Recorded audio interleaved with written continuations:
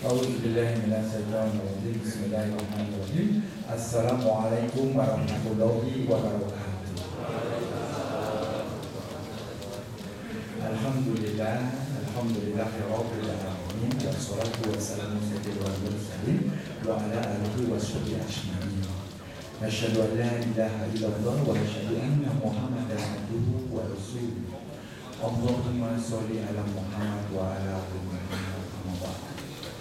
Alhamdulillah, Bapak dan Ibu rahimahullah, pada hari Kamis yang insya Allah sangat indah ini, di luar mendung, hujan juga tercurah dari awan yang menggantung, kita merasakan nikmat yang luar biasa karena masih bisa dikaruniai usia sehingga dapat bertolak ilmi bersama-sama mencari hakikat kebenaran sejati. Hari ini judulnya saya sangat tertarik karena tema pada tausiah kita pada hari ini adalah Allah sebagai pencipta atau Allah sang pencipta. Kalau kita mengikrarkan diri sebagai seorang muslim, tentu kalimat syahadat sudah melekat ke dalam kehidupan kita.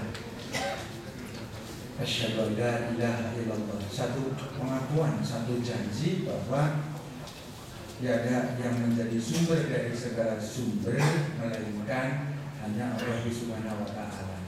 Demikian pula ketika nilainya diproyeksikan untuk menuntun kita sebagai umat manusia, diciptakan oleh Allah panutan, panduan sebagai guide di dalam kita menjalani kehidupan, itu Rasul. Sebetulnya Rasulullah ini pamungkas menutup dari serangkaian Nabi dan Rasul terdahulu yang insya Allah juga tujuannya diturunkan untuk memberikan arahan. Pertanyaan terbesar di dalam hidup, baik pada saat kita melantunkan niat di dalam hati untuk melakukan suatu ibadah, sebenarnya apa yang sedang kita lakukan ini diperuntukkan bagi siapa dan dampaknya bagi kita sebenarnya apa. Sehingga banyak orang yang kemudian terjebak di dalam hal-hal yang bersifat ritual. Artinya ketika menjalankan tidak lepas dari adanya kepentingan karena adanya satu upaya itu untuk menghindari katakanlah ketakutan terhadap punishment. Tapi tidak dengan cinta, tidak dengan pergerakan dari dalam, dari kalbu, sehingga terbitlah sifat-sifat awal seorang insan yang bersifat ihsan. Kalau sudah sampai pada tataran ihsan, di mana dianalogikan tamsilnya kata orang Melayu adalah ketika kita beribadah, berdoa, bermunajat, meskipun nggak bisa mendefinisikan secara indrawi yang namanya substansi atau zat Allah itu, tapi yakin secara absolut Allah itu ada. Nah ini kalau sudah begini kan kita dibenturkan pada satu pola berpikir. Kalau kita bisa membuktikan bahwa Allah itu ada, baru saya bisa muncul satu keyakinan. Kalau saya tidak bisa mendefinisikan bahwa Allah itu sumber dari segala sumber yang punya gelar al-mutakabbir, artinya sifatnya ad infinitum. Kalau yang maha agung berarti dalam model matematika dia tidak bisa dibatasi oleh sekedar angka. Tidak ada himpunan, tidak ada matriks, tidak ada hukum yang berlaku terhadap satu zat yang bersifat tidak terbatas. Nah lalu pengamatannya bagaimana? Bagaimana kita bisa tahu bahwa Allah yang mengawali al-awal dan juga mengakhiri al-akhir, sekaligus yang merencanakan, membangun dan menciptakan. Nah kalau kita tidak punya pemahaman mendasar tentang ini, bagaimana cara kita membangun yang namanya konsep ketauhidan? Padahal yang sering sekali di dalam pengajian, di dalam majelis taklim, di dalam diskusi-diskusi, baik itu di pesantren, baik itu di perguruan tinggi, baik itu bahkan secara pribadi keluarga di rumah, anak kita pun bertanya, abi, ayah, abah, Allah itu ada tidak? Kalau ada di mana? Bagaimana cara Allah menciptakan kita? Karena menurut pelajaran di sekolah yang diberikan oleh ibu guru, dulu manusia itu tercipta dari pertemuan dua sel. Yang satu sel nutfah ayah, namanya sel spermatozoa. Yang satu adalah sel telur dari indung telur ibu, namanya ovum. Ketemunya di suatu tempat yang disebut dengan rahim. Lah Allahnya mana ya? Berarti saya ini tercipta karena ada sinergi atau kerjasama antara ayah dan ibu, tidak melibatkan zat lain. Kalau ayah tidak ketemu ibu, ibu tidak menikah dengan ayah, saya tidak ada. Berarti konstruktor dari konsep ini adalah ayah dan ibu, pemain objek sekaligus subjeknya. Bagaimana kita menjelaskan keberadaan Allah sebagai pencipta? Ini menjadi tanda tanya besar. Bagaimana kita bisa menghadap kiblat? Bagaimana kita bisa bermunajat, berdoa di maqam istijabah di depan multazam dan yakin bahwa doa kita itu ada yang mendengar? Untuk apa kita saum selama 30 atau 29 hari di bulan Ramadan kalau nggak begitu percaya bahwa yang kita laksanakan itu ada yang menerima? Sholat pun misalkan kita sampai 17 rakaat yang wajib, ditambah katakanlah sholat-sholat ibadah-ibadah sunnah yang lain, termasuk yang sifatnya muakkad seperti qiyamul lail, kita tahajud untuk apa? Kalau misalnya kita nggak punya tujuan, sama kita punya niat menuju Garut, kita naik bus yang tentu saja ada rutenya jelas-jelas akan tiba di terminal Garut. Tetapi kita ketika ditanya mau naik bus di terminal tidak tahu tujuannya kemana. Ini kan bagaikan sepotong ranting kering yang kemudian terombang-ambing di tengah samudera luas, membiarkan dirinya hanyut mengikuti gelombang yang dia pun tidak bisa menentukan iramanya. Maka ini statement yang juga diberikan meskipun sifatnya ya pengertiannya lebih kepada kualitas umat di akhir zaman. Bagaikan buih yang kemudian terhembus ke sana kemari, itu secara komunal, secara populasi yang kuantitasnya besar. Tetapi apakah kita sebagai individu yang kemudian juga tidak memiliki fondasi ketauhidan, yang akidahnya itu mungkin harus kita tanyakan lagi, ada keraguan di dalam hati kita, apa nggak terombang-ambing? Kadang-kadang kita sampai depresi, sampai stres, insomnia, tidak bisa tidur di malam hari karena mengalami ketakutan yang teramat sangat, karena tidak tahu mau kemana kita ini menuju. Nah kalau mau tahu terminalnya kan kita harus tahu siapa yang membangun terminal itu, mengapa kok tujuan kita sampai di sana. Maka sekarang saya ingin tarik lagi ke belakang. Kalau berbicara penciptaan, holak gitu, fatir, fatara, ciptaan, ikra bismi rabbikal ladzi khalaqal insana min alaq. Itu saja yang pertama diturunkan, satu negasi, satu model penegasan bahwa yang harus diyakini bahwa engkau manusia adalah satu proses. Coba kamu baca, kamu belajar, kamu diberi amanah namanya otak dan akal. Coba lihat, baca ikra bismi rabbikal ladzi khalaqal insana min alaq. Coba bacanya dari mana? Dengan menyebut nama Allah dulu, bahwa Allah lah yang kalau kamu lihat dalam proses penciptaan dirimu sendiri, dari segumpal darah, dari segumpal daging, kemudian berkembang menjadi satu entitas makhluk individu yang kompleks, itu tidak mungkin kalau tidak ada suatu proses yang merencanakan sebelumnya. Itu satu holako atau fatih penciptaan. Lalu kalau kita lihat ada satu hadis yang sahih yang meriwayatkan kalau ceritanya mah kira-kira begini. Rasulullah itu kan tidak pernah terputus ya yang namanya sholat malam yang mulai. Meskipun kita juga sama-sama tahu beliau adalah pribadi yang sudah dimaksud. Enggak sholat pun sebetulnya kalau melihat apa yang sudah ditetapkan oleh Allah terhadap beliau itu tidak akan ada konsekuensi. Tetapi setiap sholat malam senantiasa berurai air mata, menangis. Pada saat di penghujung sepertiga malam, jadi malam sudah hampir berakhir, di ufuk garis tipis mentari sudah mulai mengawali dan menandakan datangnya hari yang baru, gitu ya. Muazin kesayangan beliau Bilal itu senantiasa menemui persiapan mau azan subuh. Bilal bertanya, Rasulullah, mengapa matamu bengkak dan berubah air mata? Apa yang kau tangisi? Nah, pada saat ditanyakan oleh Bilal itu, Rasulullah menjawab, Bilal, bagaimana engkau tidak bisa menangis? Bagaimana engkau tidak akan menangis?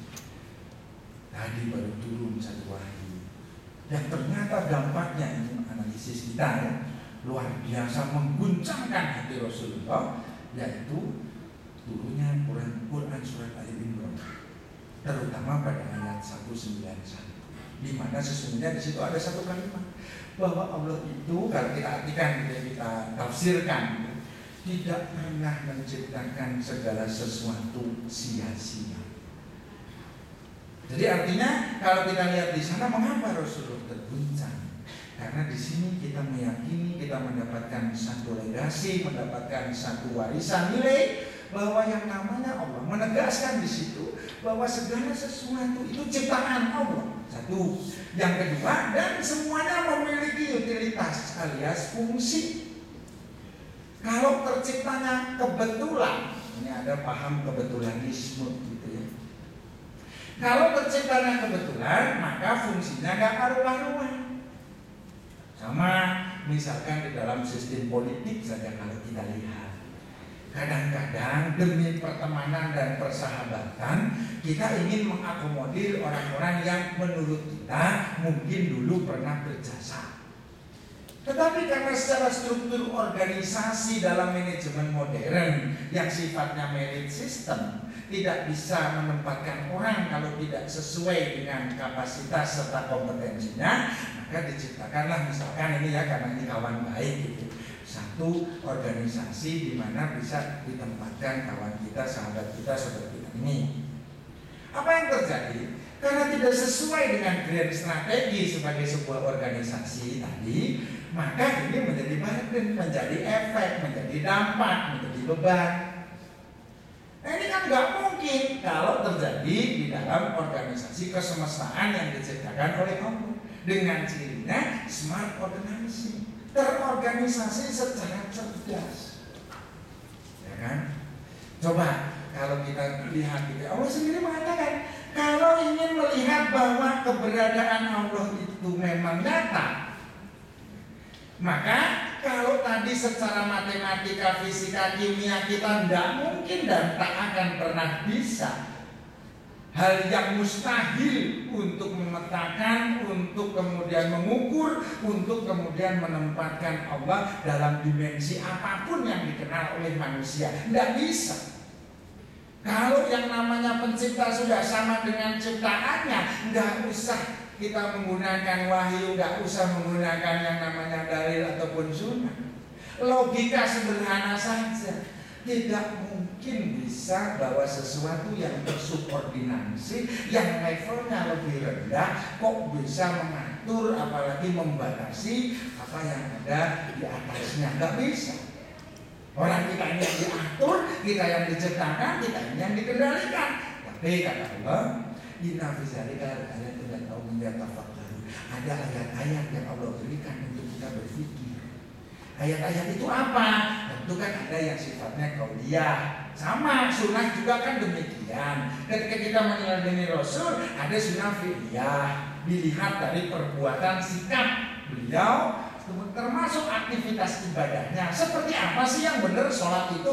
Lihat, otentik gitu kan, datanya bisa dipertanggungjawabkan karena observernya lebih dari satu, disampaikan oleh orang-orang yang terpercaya. Amanah dalam pengertian saat ini tervalidasi, ada passwordnya, tidak sembarangan, ya kan? Nah kemudian yang kedua, dalam konteks sunnah, ada sunnah yang namanya qauliyah, benar-benar mendengarkan apa yang diucapkan. Ada juga takriri atau takriyah. takdiriyah disetujui. Karena kalau dalam ayat ada dua, kauliah dan kauniyah. Maka kalau kita lihat Allah senantiasa menempatkan sosoknya sebagai zat yang mengawali segala sesuatunya itu nomor satu, bukan menciptakan, bukan agung dulu, tetapi kasih dan sayang. Maka kita mengawali aktivitas pun selalu dengan kalimat sakti, Bismillahirrahmanirrahim. Yang turun juga bukan kalimat dogmatis ketika pertama ayat itu diturunkan, bukan satu perintah yang dogma untuk meyakini dan percaya taklid buta, bukan. Tapi coba kamu cari lewat suatu mekanisme yang namanya baca dari balik Iqra. Iqra bismillahirrahmanirrahim. Khalaqal insana min 'alaq. Iqra bukan Iqra allazi 'allama bil qalam. 'Allamal insana ma lam ya'lam. Sampai situ. Nah, maka bagaimana kita menegakkan niat supaya kita lulus lillahi ta'ala, supaya betul yang secara apal cangkem terlontar lewat lisan itu la ilaha illallah.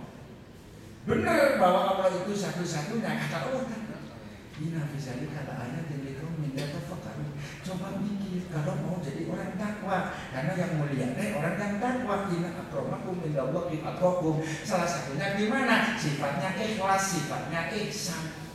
Ikhlas itu gimana sih? Qul huwallahu ahad. Orang yang sudah bisa mengatakan bahwa Allah satu-satunya. Dalam ayat yang lain tentang penciptaan, coba banyak banget.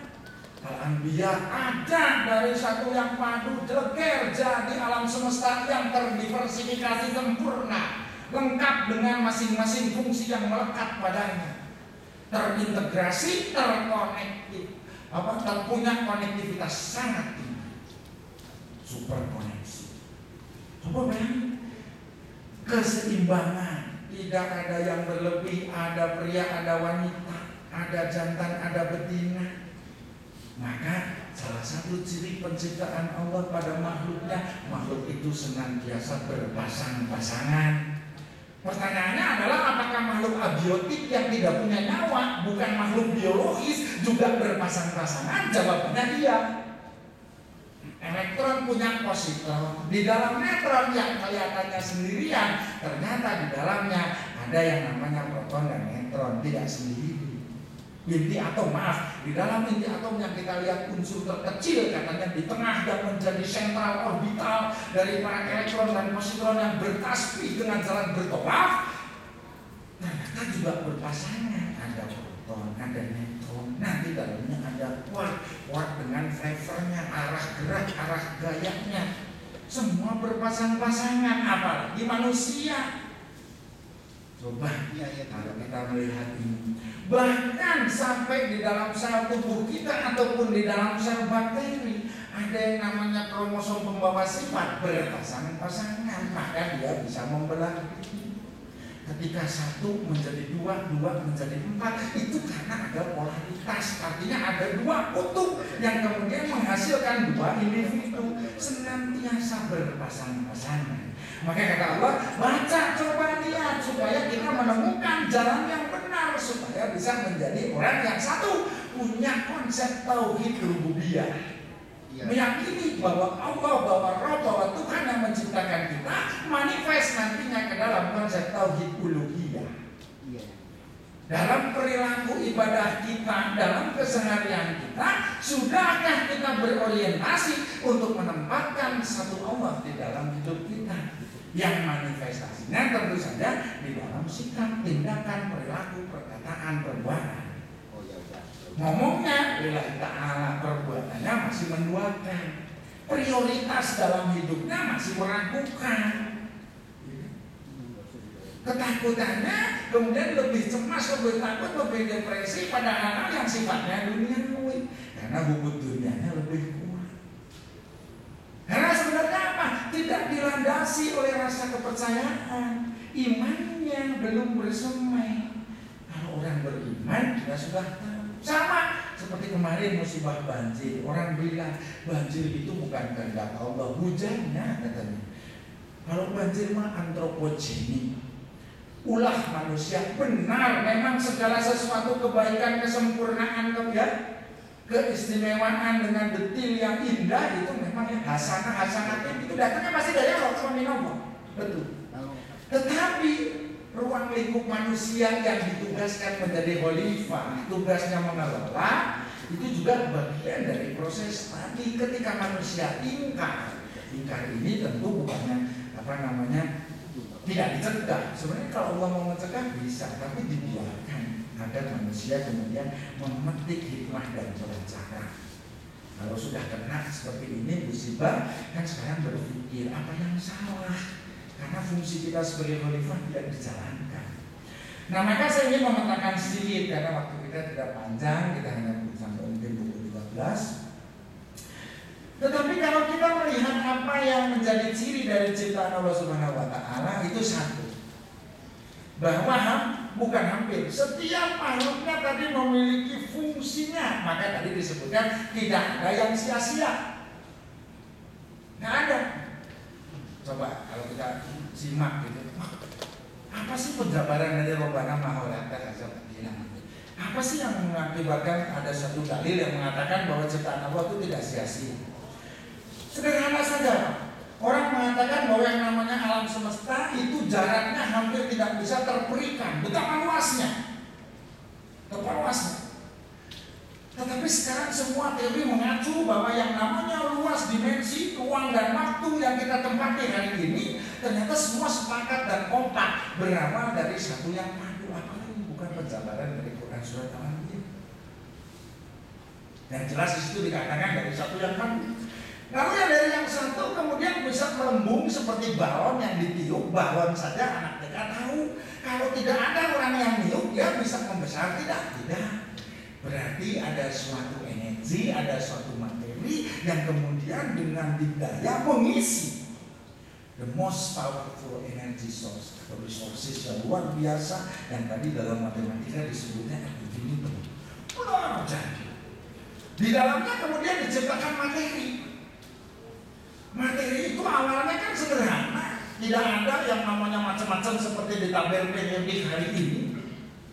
Awalnya kan dari yang satu, keluarnya jadi apa dulu? Hidrogen, baru bisa jadi helium, baru bisa jadi yang namanya karbon, baru bisa jadi silikon, baru bisa jadi yang namanya nikel, baru bisa jadi yang namanya bauksit, baru bisa jadi logam transisi, unsur tanah alkalis, asam lemah, halogen, dan lain sebagainya. Bagaimana itu bisa berevolusi dan bermutasi sehingga unsur-unsur itu ketika kemudian terbentuk lewat proses reaksi dan interaksi kemudian kok bisa menjalankan fungsi? Ayo. Kok kalau dari satu hidrogen kemudian bisa jadi helium yang hari ini kita kenal jadi matahari, bintang dan nebula di luar sana, yang di dalamnya terjadi reaksi fusi, reaksi termonuklir, menghasilkan cahaya, menerangi dunia, mengawali fotosintesa, membuat makhluk hidup bisa bernafas dan ada. Jadi ada satu kata saja, eksis, ada keberadaan kita ini hari ini melalui serangkaian seperti itu. Nah, kira-kira apakah sedemikian pandainya ini si hidrogen bisa mengorganisasi dirinya sendiri dan seolah-olah tahu aku mau membuat apa, aku akan membelah begini begitu. Dia juga tidak berdaya, dia hanya makhluk mungil yang berat atomnya pun kecil sekali, bahkan kalau nggak ditabungkan dengan senyawa yang lain nggak kelihatan.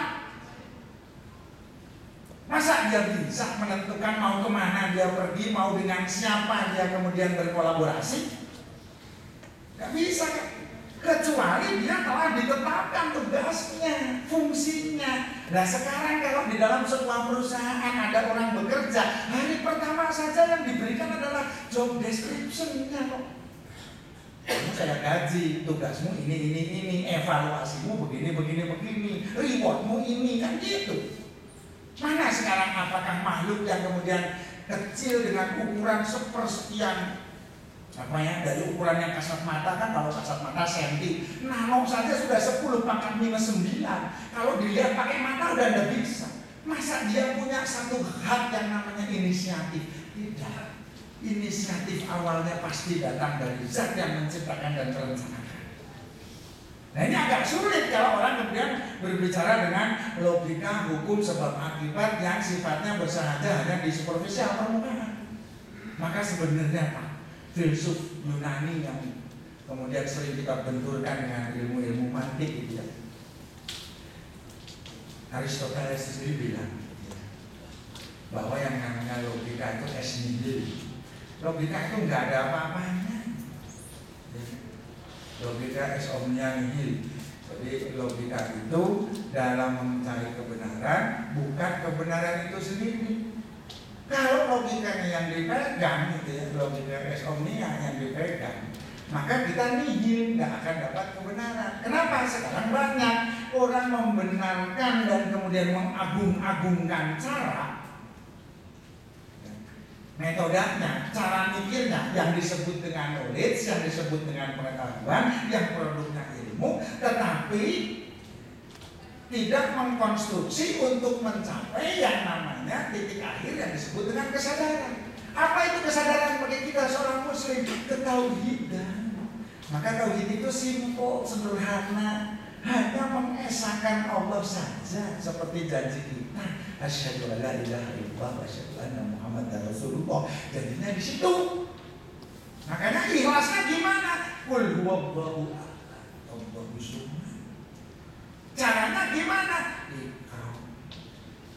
Terproyeksikannya di dalam yang namanya termanifestasi dalam kehidupannya gimana karakternya? Takwa.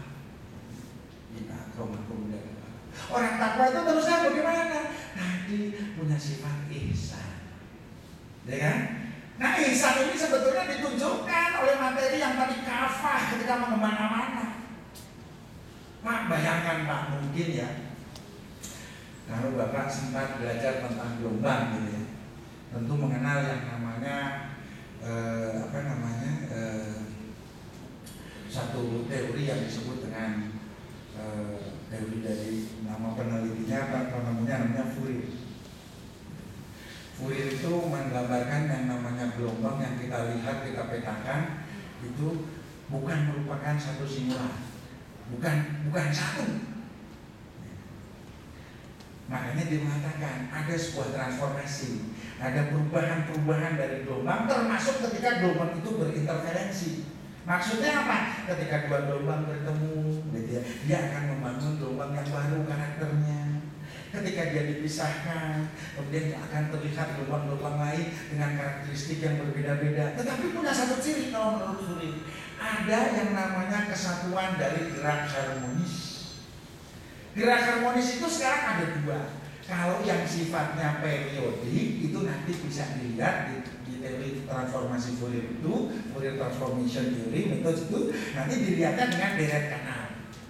Kalau yang tidak periodik tetapi memiliki karakter yang sama, gitu, frekuensi sebagainya, nanti dilihatnya pada integral Fourier. Tapi intinya saya nggak ingin repot dengan rumus lah. Intinya seorang yang tidak kenal Tuhan, gitu ya, pada saat itu ketika mencetuskan teori mungkin dia tidak bertauhid seperti kita hari ini. Tetapi dia mengatakan bahwa seluruh gerak gelombang, bahkan seluruh gerak di alam itu punya satu sifat dasar yang namanya harmoni. Gerakan harmoni ini, yang namanya harmoni kan sekarang kita kenal dalam bentuk rumah tangga. Rumah tangga harmonis itu serasi, bisa berjalan sesuai dengan fungsi, bisa berkontribusi maksimal, saling berbagi, melengkapi. Kan gitu. Sekarang bagaimana sebuah gelombang yang notabene, ya, kalau kita bicara dari Fourier ini, gelombang itu saja kita karakternya bisa elektromagnetik, cahaya, dan kalau sekarang dipakai untuk data, nggak kelihatan bendanya.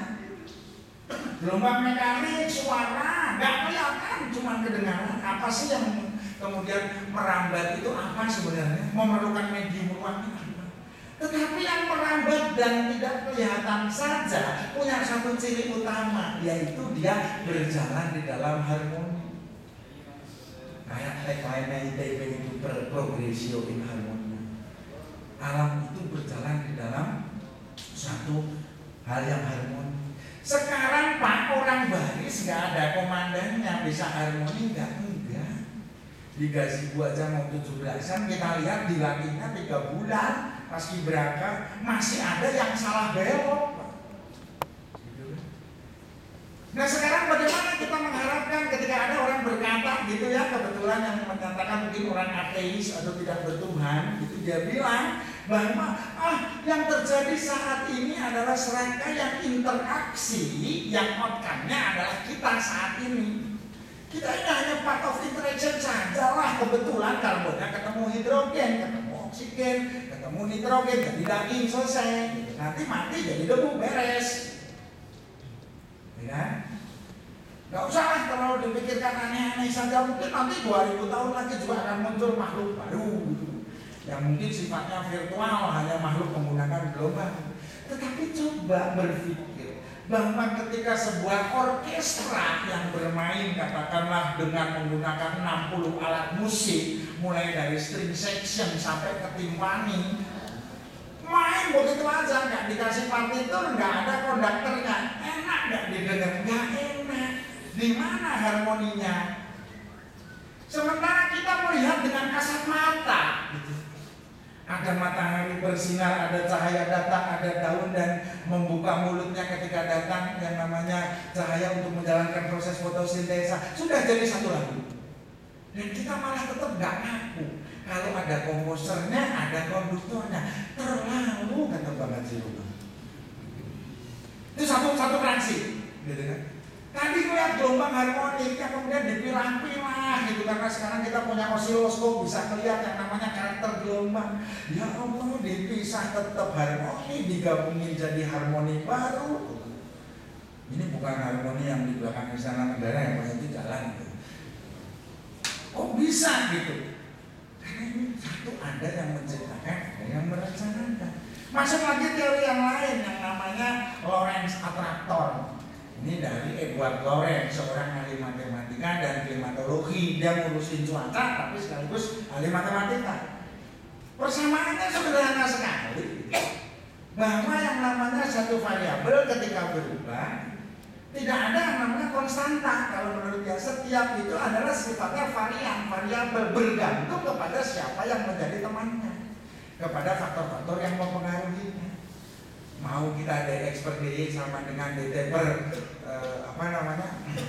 akar dx misalnya, tergantung mau dikuadratkan, mau diakarkan gitu kan, tergantung siapa yang memenuhinya. Sama dengan mc kuadrat, dibalik-balik juga bisa. C nya mau di depan, oke, sekarang berarti yang tadinya akar, yang tadinya kuadrat dijadikan akar. Sama, maka kata Lorenz, satu kepangan kupu-kupu di Hongkong bisa timbul badai siklon di Rio de Janeiro. Orang ketawa, gimana caranya?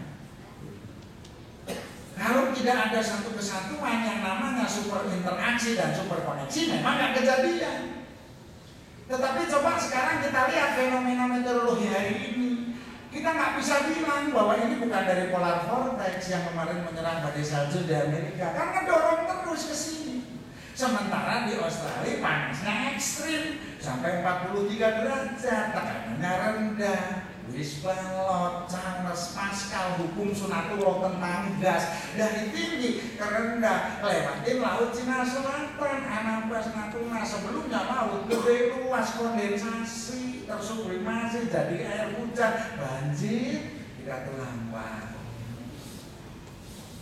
Oh dari kutub ya Pak? Ya dari kutub, saling nyambung. Bapak ini kita masih dilindungi, masih apa? Ada efek Coriolis, kita berada di ikat pinggangnya rotasi bumi, ada efek ke kiri ke kanan, gitu. Jadi tekanan itu bisa diatur kalau dengan tulistiwa. Nggak ada sabuk efek Coriolis itu, hujannya nggak kayak gini Pak. Jangankan yang namanya kampung Melayu, kampung Pulau, Parompong kelelep Pak. Nggak dilindungi, diatur, tapi mikir nggak bahwa itu ada harmoni, ada yang namanya interaksi, dan ini kemudian saling berkorelasi. Nah yang mengatur ini semua siapa? Dirijennya yang menciptakan ini semua siapa? Itu Lorenz mencari Pak. Mulai mencari. Sampailah ada satu teori namanya BTW. Birbak, Batang sama BTW. BTW ini yang paling terkenalnya baknya Birbak. Dia melihat yang namanya senpai. Senpai itu pasir gitu ya, kolom pasir gitu. Kalau dijatuhkan gitu ya, pasir itu Kemudian nanti ada yang namanya satu titik kritis, sebenarnya yang dijatuhkan itu kemudian akan membangun bentukan geometris yang saling mengisi dan kemudian bentuknya ini diulang-ulang berapa kali itu rata-rata seperti itu kembali.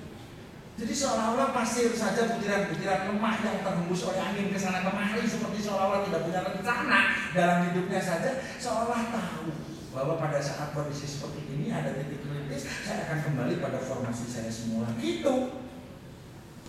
Itu malu apa? Karena aku tahu yang aku mau. Seperti kita kalau ditanya sholat niatnya apa kan, padahal mulainya berawal dari niat dulu. Nah niatnya mau cuma cari selamat. Nah sekarang untuk mencapai keselamatan itu ada dasarnya agama, dibimbinglah di sana. Maka coba lihat, belajar pada pasir, belajar pada hujan, belajar kepada yang namanya gelombang. Hari ini saya ingin menyampaikan itu. Di situ proses penciptaan. Kalau ada penciptanya, maka cirinya ada keteraturan dan kemudian ada fungsinya. Sekarang kita sudah berfungsi, kita melihat di luar dan di dalam diri kita ada keteraturan. Kok yang kita nggak menemukan siapa yang menciptakan? Makanya dalam perkembangan filsafat ilmu ada yang namanya manusia itu dua pendekatan, nomostatik sama ideografi. Yang satu ngumpulin bukti, yang satu melihat fenomena ditarik dicarikan teori, yang satu di ujung sana dilacak dengan langkahnya lewat mana. Sama saja, ya kan? Sama saja. Mau induksi, mau deduksi, kesimpulannya akan sama saja. Bahwa akhirnya kita akan sampai pada satu sumber. Maka bahasa Quran sederhana, filsafat ilmu keok di sana. Kalau orang bisa bilang qul huwallahu ahad, karena awalnya pasti dari satu, al-awal, al-akhir. Tengahnya apa? Al-musyawir, yang ngasih bentuk dan fungsi. Ya itulah yang mengawali dan mengakhiri. Ketika fungsi itu kemudian fx-nya itu kemudian dirubah, katastrofik. Iza samaun fatorat wa iza kawakibun dasarat wa iza bihaku fuzirat wa iza buburi muksirat. Tamat. Selesai. Berarti fungsi kontroli sudah ada satu perubahan di sana, diakhiri kontrol terhadap segala sesuatu yang sudah diprogram saat ini. Nah kalau ada yang kontrol, ada yang program, ada yang mengevaluasi dan ada yang mengakhiri, apa kata kesimpulan akhir kita? Marilah kita sama-sama menegakkan satu kalimat, yaitu tauhidan, yaitu tauhid la ilaha illallah. Memang sungguh Allah itu ada dan hanya satu-satunya bagi kita. Terima kasih. Wabillahi taufiq wal hidayah. Wassalamualaikum warahmatullahi wabarakatuh.